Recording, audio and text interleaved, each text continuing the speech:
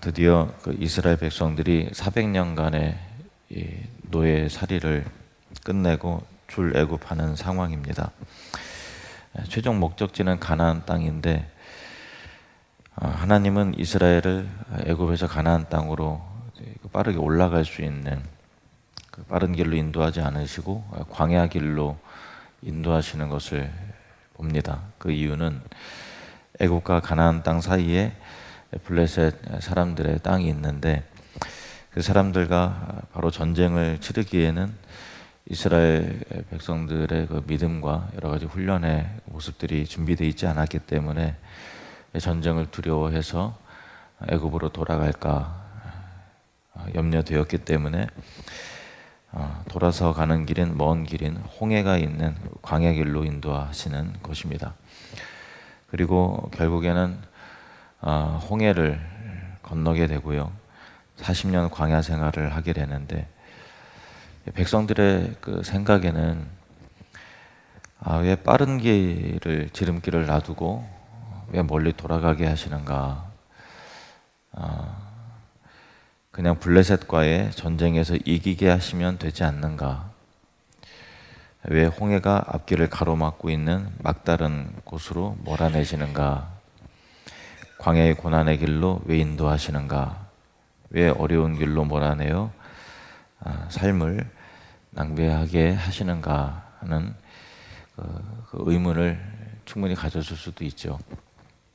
우리도 예수님을 믿고 나면 보란 듯이 잘 살게 되거나 또 바로 천국으로 인도하시면 좋을 텐데 왜 광야와 같은 거칠고 고단한 삶을 살게 하시는지 사실 이해가 되지 않을 때가 많이 있죠.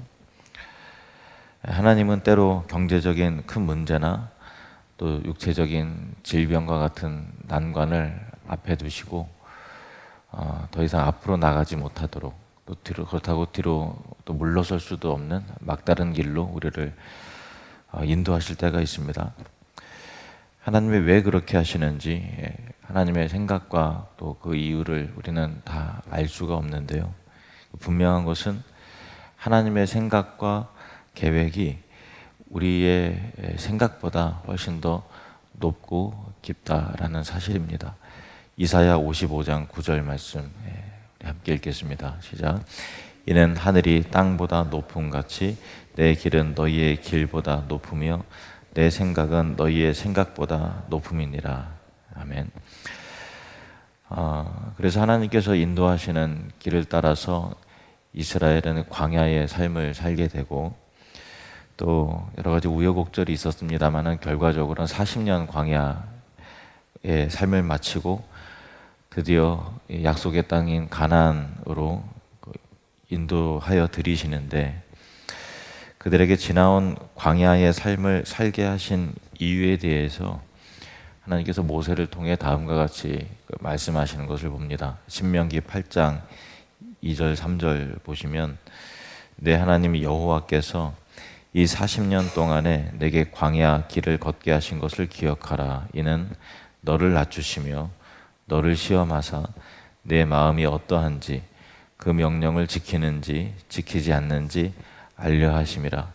너를 낮추시며 너를 줄이게 하시며 또 너도 알지 못하며 네 조상들도 알지 못하던 만나를 내게 먹이신 것은 사람이 떡으로만 사는 것이 아니요 여호와의 입에서 나오는 모든 말씀으로 사는 줄을 내가 알게 하려 하심이니라.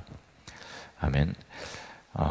이토록 40년 광야는 하나님께서 우리를 낮추시고 또 겸손하게 하시는 기간이고 또 우리를 거룩하게 다듬으시는 연단하시는 기간이고 또 우리로 하나님의 말씀을 따라 살아가는 그냥 떡만 먹으면 좋지 하는 어떤 육의 관점에서 만족함을 누리면서 사는 것이 아니라 영적인 사람, 하나님의 말씀에 의해서 살아가는 신령한 사람, 하나님의 백성다운 사람들로 만들어내시기 위한 과정이었다라는 것입니다. 그 과정으로 우리를 만드시고 가나안 땅으로 인도하여 들이시는 것이죠. 이스라엘 백성들이 애굽을 떠나 광야로 나아갈 때에 가지고 간 중요한 것이 있었습니다. 18절, 19절 보시면 그러므로 하나님이 홍해의 광야 길로 돌려 백성을 인도하심에 이스라엘 자손이 애굽 땅에서 대열을 지어 나올 때에 모세가 요셉의 유고를 가졌으니 이는 요셉이 이스라엘 자손으로 단단히 맹세하게 하여 이르기를 하나님이 반드시 너희를 찾아오시리니 너희는 내 유고를 여기서 가지고 나가라 하였음이더라. 요셉의 유고를 가지고 나갑니다. 왜 요셉의 유고를 가지고 나왔을까요? 요셉이 자신을 애굽 땅에서 장사하지 말고 반드시 조상들이 묻힌 가나안 땅에 나를 장사하라고 명했기 때문에 그런 건데요. 거의 수백 년이 지난 다음에도 이 조상 요셉의 유언대로 명령대로 이스라엘 백성들이 그리고 모세가 요셉의 유고를 가지고 나가죠. 그래서 40년 광야 생활이 지나고 또 7년간의 가나안 정복 후에 모세는 죽고 여호수아와 백성들이 요셉의 유고를 가나안 땅 세겜에 장사하는 내용이 여호수아 24장에 기록이 되어 있습니다.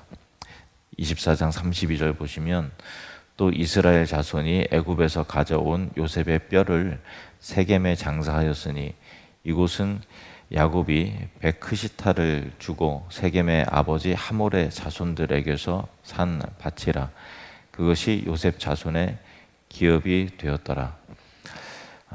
요셉의 유고를 가지고 애굽에서 광야로 나온 이유는 그들의 정말 바라봐야 되고 소망해야 될 정착지 또 종착지가 애굽도 아니고 또 광야도 아니고 그들의 최종 목적지가 이 가나안 땅이었다라는 것입니다. 그들이 반드시 들어가야 하는 땅, 하나님이 아브라함에게 주겠다고 약속하신 가나안 땅이 최종 목적지였다는 것이죠.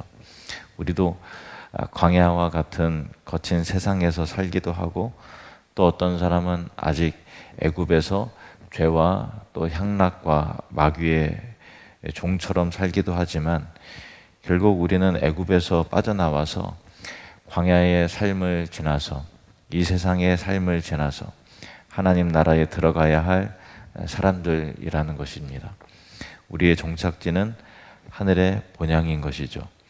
그러므로 우리에게 있어서는 이 땅에서 누리는 향락도 잠깐이고 또 이 세상에서 겪는 고난도 잠깐이라는 것을 알아야 합니다.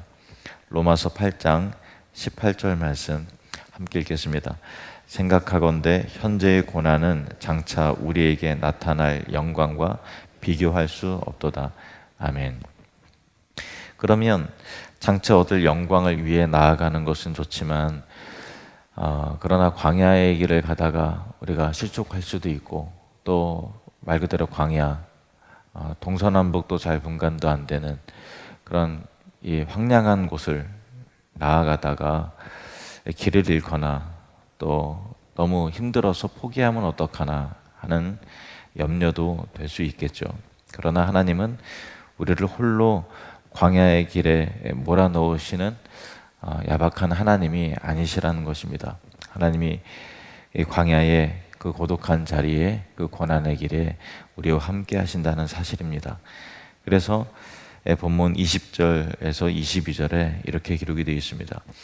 그들이 숫곳을 떠나서 광야 끝 에담의 장막을 치니 여호와께서 그들 앞에서 가시며 낮에는 구름 기둥으로 그들의 길을 인도하시고 밤에는 불 기둥을 그들에게 비추사 낮이나 밤이나 진행하게 하시니 낮에는 구름 기둥 밤에는 불 기둥이 백성 앞에서 떠나지 아니하니라.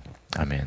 낮에는 구름 기둥으로 또 밤에는 불 기둥으로 그들을 인도하셨다는 것인데요. 이것은 별개의 두 기둥이 아니라 한 그 구름 기둥의 이중적인 현상을 말하는 것인데 낮에는 서늘한 구름 기둥으로 사막의 뜨거운 열기와 또 햇볕을 막아주고 또 밤에는 찬란한 또 불 모양으로 추위로부터 보호해 주시고 또 외부 침입자라든가 또 짐승들의 위협으로부터 보호해 주시는 것입니다.